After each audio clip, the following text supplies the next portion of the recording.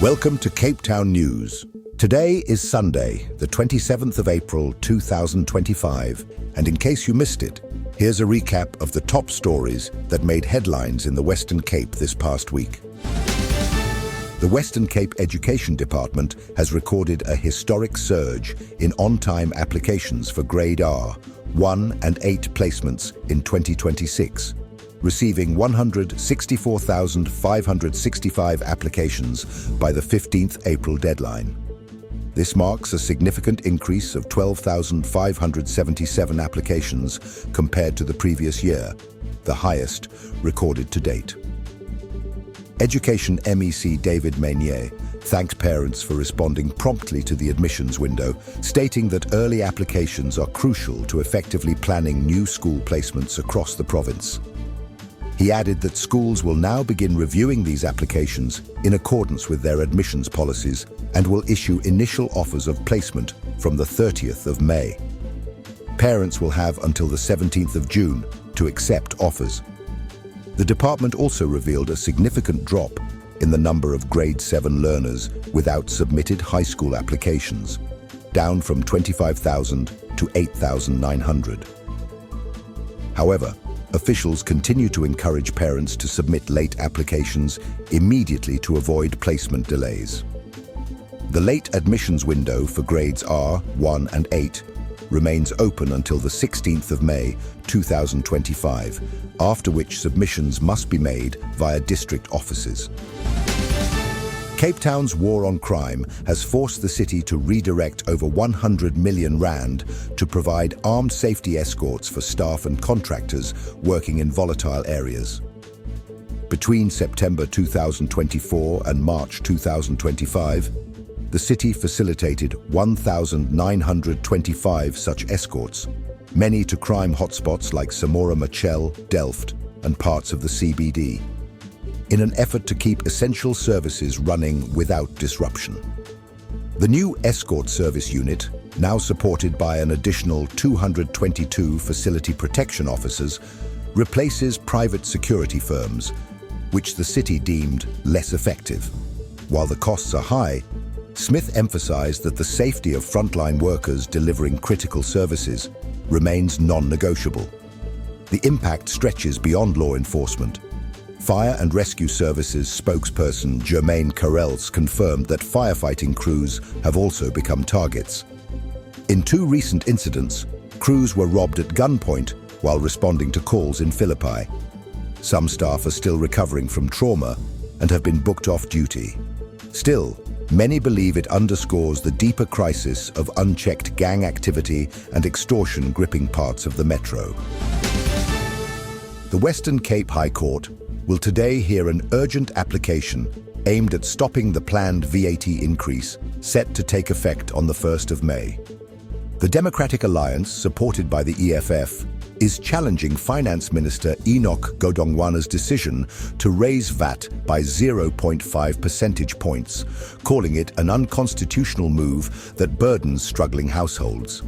In court papers, the DA described the tax increase as regressive and harmful to the country's most vulnerable, adding that the parliamentary process, which adopted the fiscal framework, was fundamentally flawed. The EFF echoed these concerns, arguing the move undermines democratic processes and fails to protect the poor. Godongwana has warned that halting the increase could cost the state 13.5 billion rand, forcing cuts to essential services or more borrowing. He maintains that his powers to adjust VAT are lawful and time-bound, pending parliamentary confirmation. In a twist, Action SA has accused the DA of hypocrisy, revealing that the party's Deputy Finance Minister, Ashor Sarupen, was involved in drafting the budget that introduced the VAT hike. Action SA claims the DA is playing politics to salvage its image and extract power within the government of national unity. With political tensions high and the stakes even higher for the national budget, today's hearing could set a critical precedent for fiscal oversight in South Africa. Easter Sunday got off to a frustrating start for thousands of Cape Townians after a massive power outage affected areas including Langa, Pinelands, Ndabeni, Bonteheuwel, and Epping. City officials confirmed the outage was caused by vandalism and theft of high-voltage cables. Mako member for Energy, Xanthia Limburg, said teams worked 12-hour shifts to restore power, with full repairs expected by Monday evening. However, due to the scale of the damage, many areas were placed on a power rotation schedule to prevent overload and assist with the restoration process. Councillor Angus Mackenzie praised the dedication of city staff, noting that under normal conditions, such repairs might take up to 2 weeks. Instead, most affected areas had partial restoration within 48 hours. The frustration was real, but the teams went above and beyond, he said. Residents were urged to switch off non-essential appliances to reduce the risk of tripping the grid. The city has reiterated calls for communities to report cable theft and vandalism through its Protect Your Power campaign. The Western Cape government has unveiled a sweeping R3.2 billion budget aimed at overhauling public transport, easing traffic congestion, and reviving neglected rail services. Mobility Minister Isaac Sileku announced the plan during an address to the provincial legislature, describing the initiative as a transformative investment in economic growth, mobility justice, and safer communities. The province will finalise a provincial land transport framework and open it to public comment. Funding will boost services like the Go George buses network, already serving 75% of George households. There's renewed focus on restoring rail lines in Khayelitsha and Mitchell's Plain, areas that have been underserved for years. Minibus taxis, responsible for transporting 1.5 million people daily, will receive conflict resolution support and industry training. In the central Karoo and other rural zones, plans include expanding intertown mobility and distributing bicycles for work and school commutes. Additional investments include R113 million toward an integrated transport hub, R60 million for electric vehicle infrastructure, and R2 million for road safety ambassadors in high-risk areas. This budget is about stepping up for the economy and our residents, said Sileku. We're planning boldly and delivering with purpose. Cape Town is rapidly securing its title as Africa's leading tech capital, home to nearly 60% of South Africa's startups and a thriving ecosystem that now surpasses Nairobi and Lagos in scale. The Cape Town-Stellenbosch corridor hosts over 450 tech companies employing more than 40,000 people, driven by infrastructure, innovation, and talent. With internet penetration at 63% and one of the largest open-access fiber networks on the continent, the city is primed for digital growth. Cape Town also boasts more than 30 co-working spaces and over 22 incubators and accelerators, most notably City, which has supported over 2,000 businesses since its launch in 1999. Top institutions like the University of Cape Town and Stellenbosch University continue to feed the pipeline with talent, with the city now home to 38% of the country's software developers. Investment has also poured in from international tech giants, with foreign direct investment in software and IT services reaching record highs. From startups like Yoko and Sweep South to events like the Earthshot Prize Week, Cape Town is not just attracting global attention, it's cementing its status as Africa's innovation capital. The Garden Route District Municipality has launched a formal investigation into allegations of mismanagement within its roads department. Executive Mayor Andrew Strobel confirmed the move on Tuesday, saying the investigation is part of the municipality's renewed commitment to clean governance and financial transparency. Strobel described the probe as a necessary step to restore public confidence, following growing concerns about irregular procurement, project delays, and the alleged misuse of road maintenance funds. While details remain limited due to legal sensitivity, the Mayor's office confirmed that an independent team will assess both operational and financial practices dating back 2 years. The Roads Department plays a key role in maintaining routes critical to regional trade and tourism, particularly in areas like Knysna, George, and Oudtshoorn. Several ward councillors have also expressed concern about pothole repairs being outsourced without clear oversight or tender clarity. The internal audit findings are expected within 90 days. Strobel stressed that disciplinary action will follow where necessary and added that the municipality will publish updates to ensure full transparency as the process unfolds. Tensions are rising in Bloberg as residents challenge a proposed development on ERF 1117, ecologically sensitive land bordering the Bloberg Nature Reserve. The draft Local Spatial Development Framework, LSDF, funded by local residents through the Bloberg Spatial Association, BSA, proposes over 3,500 apartments, including affordable housing. However, 3 major community groups have criticized the plan, alleging their input has been ignored and that the site, classified as a critical biodiversity area, is unsuitable for large-scale development. Community leader Michelle Collins said over 4,000 objections were submitted, but not one was reflected in the final draft. Residents currently living on the land also say they were excluded from consultations. Jonathan Bailey Lewis, who has lived there for 18 years, said no one had approached them to hear their views. People don't engage with us. They only chase us away. City officials say the LSDF is still being assessed and that formal public participation will follow if deemed compliant with planning regulations. But critics are calling for the entire ERF to be incorporated into the adjacent nature reserve, citing contradictions between the plan and the city's own biodiversity and spatial frameworks. The battle over ERF 1117 may soon escalate into legal territory as residents prepare to challenge the process.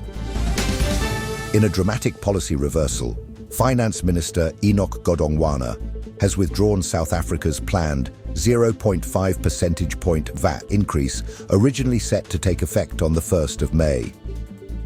The move comes after mounting legal pressure from opposition parties, a DA court application in the Western Cape High Court, and strong public backlash. The National Treasury announced on Thursday that instead of raising VAT from 15% to 15.5%, it will maintain the current rate following extensive consultations and a surge in revenue collection by SARS. The rates and monetary amounts and amendment of Revenue Laws Bill will now be revised, with new proposals to be submitted in the coming weeks. The reversal creates a 75 billion rand in shortfall over the medium term, prompting the withdrawal of the appropriation and division of revenue bills. Godongwana has called on Parliament to urgently reassess public expenditure. Planned relief measures, including new zero-rated food items, have also been scrapped. Economist Dawie Root supported the reversal, citing a tax surplus of over 10 billion rand. SARS's preliminary data shows revenue collections hit a record 2.3 trillion rand in the last financial year, with refunds of 447.7 billion rand paid out. Critics, including retired Judge Dennis Davis, argue that the VAT hike was unnecessary from the outset. Cape Town residents are facing a citywide rollout of prepaid electricity meters, and the change isn't optional. Announced as part of a R2.8 billion infrastructure upgrade co-funded by the German Development Bank, the city says the devices will offer accurate usage tracking and access to subsidies like the Lifeline tariff. But public trust is strained. Communities like Lavender Hill, where the new meters were piloted last year, have voiced concerns over steep bills and poor communication. While city officials insist tariffs remain unchanged, residents claim costs have quietly soared. Installations began this month in areas such as Woodstock and Salt River, with the next rollout phase set for Mowbray, Rondebosch and Newlands from July. Residents will be notified by phone or letter before technicians arrive and urged to confirm appointments via the city hotline to avoid scams. Electricity meters remain city property, but critics argue this free and mandatory rollout could leave low-income households bearing hidden costs. For now, the debate over trust, transparency and tariffs continues to flicker. The Western Cape government has welcomed the reversal of the VAT increase originally proposed by National Finance Minister Enoch Godongwana. Finance MEC Deirdre Bartman reaffirmed that the province's budget had prudently excluded reliance on the VAT hike, insulating its operations from sudden fiscal instability. Bartman stressed that South Africa's funding shortfalls should be addressed by cutting wasteful expenditure and implementing growth-driven reforms, not by taxing citizens more heavily.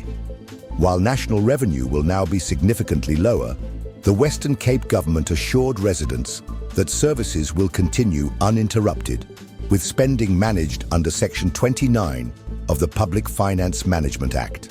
The province will spend proportionately based on the 2024 budget until a revised fiscal framework is finalized. Bartman called the decision a victory for the hard-working people of the Western Cape and emphasized that the Constitution protects the people's money, not political interests. Provincial officials will closely monitor national developments to ensure that the Western Cape's interests are protected as fiscal realignment unfolds. Cape Town residents are reacting angrily to the city's proposed 7.96% increase in property rates for 2025/26, along with a new fixed utility charge model linked to property value. Announced at Thursday's council meeting, the budget changes could see some homeowners facing monthly bill increases of 20% to 30%. Officials argue the hikes are necessary to sustain service delivery for the city's growing population, but residents across diverse areas, from Mitchell's Plain to Constantia, have slammed the move as insensitive amid a cost-of-living crisis. Councillor Peter Janssen van Vuren accused the city of punishing the middle class, while Good Party councillor Axelile Notiwala condemned the DA-led council for hypocrisy and spin. Acting Mayor Eddie Andrews defended the proposal, claiming the new revenue will drive infrastructure development and social upliftment. Public comment submissions close on the 2nd of May, but whether public outrage will force changes remains uncertain. Cape Town will start cool at 13 degrees Celsius, climbing to a pleasant high of 23 degrees Celsius under mostly sunny skies. Winds will remain light, predominantly from the southeast, at around 18 kilometers per hour. In Paarl, residents can expect a morning low of 11 degrees Celsius, reaching a warm afternoon high of 27 degrees Celsius. Stellenbosch will enjoy mild conditions, with temperatures ranging between 12 degrees Celsius and 26 degrees Celsius. Ocean swells will remain moderate between 1.3 and 1.5 meters, creating favorable conditions for surfers and coastal activities. High tides are expected at 3:32 a.m. and 4:05 p.m., with low tides around 9:46 a.m. and 10:12 p.m. Sunrise is set for 7:20 a.m. and sunset will grace the Cape skies at 6:09 p.m. Overall, it's shaping up to be an ideal day for outdoor plans. Just remember your sunscreen and a light jacket for cooler evening breezes. With that, we wrap up this week's Cape Town Newsweek's review, and now you know what is happening in your city. If you found this update helpful, subscribe and hit the notification bell so you never miss a story. We appreciate your support. Let us know your thoughts in the comments below. Until next time, stay safe, informed, and connected.